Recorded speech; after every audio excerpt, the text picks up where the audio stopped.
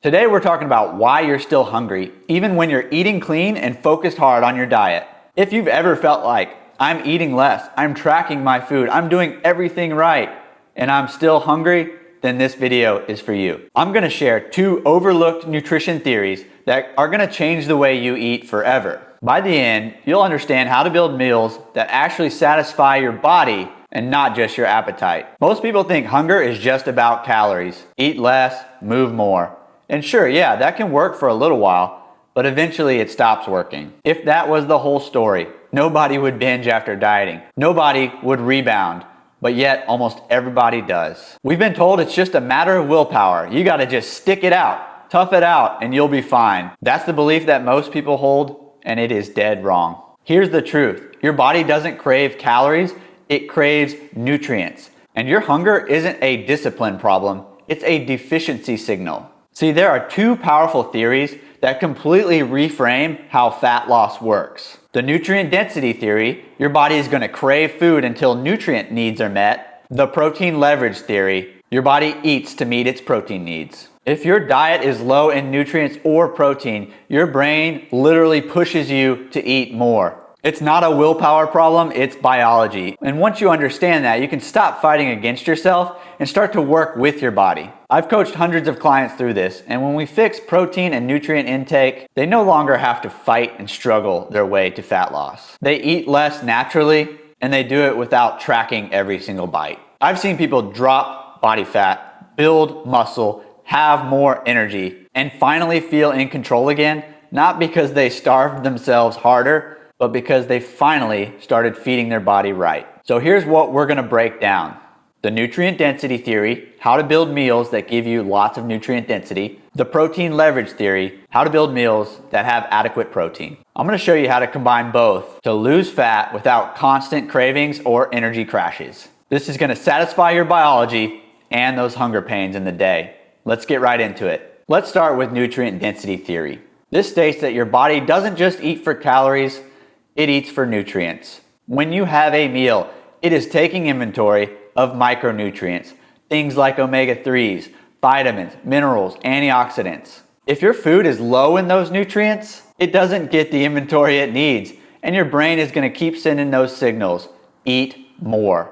That's why you can crush 1,500 calories of fast food and be hungry 2 hours later. It's devoid of nutrients. It's hyper-palatable, which means it's designed to be overeaten and override all those satiety signals, and it never actually gives you the nutrients you need. The calorie quota is filled, but the nutrient needs have not been met. Think of your body like an employee with a checklist. It's taking inventory. You're eating a meal and it's checking off things like vitamin D, magnesium, zinc, omega-3s. If you don't give it those boxes, it's gonna keep looking for them. It's gonna keep sending hunger signals. And that's the nutrient density trap.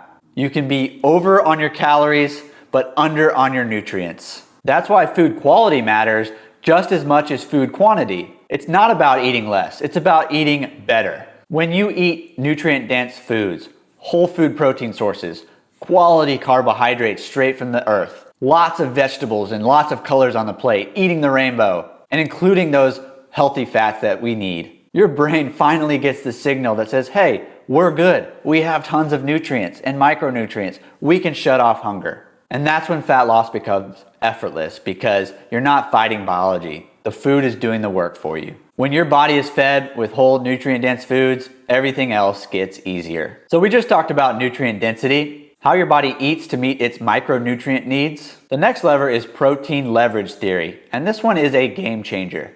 Here's the idea. Your body has one job, and it's survival. And for survival, protein is non-negotiable. Protein isn't just for muscle. It's the raw material for everything.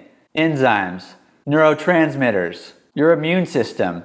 Protein is responsible for so many different things in the body. So your brain has a built-in tracker for protein.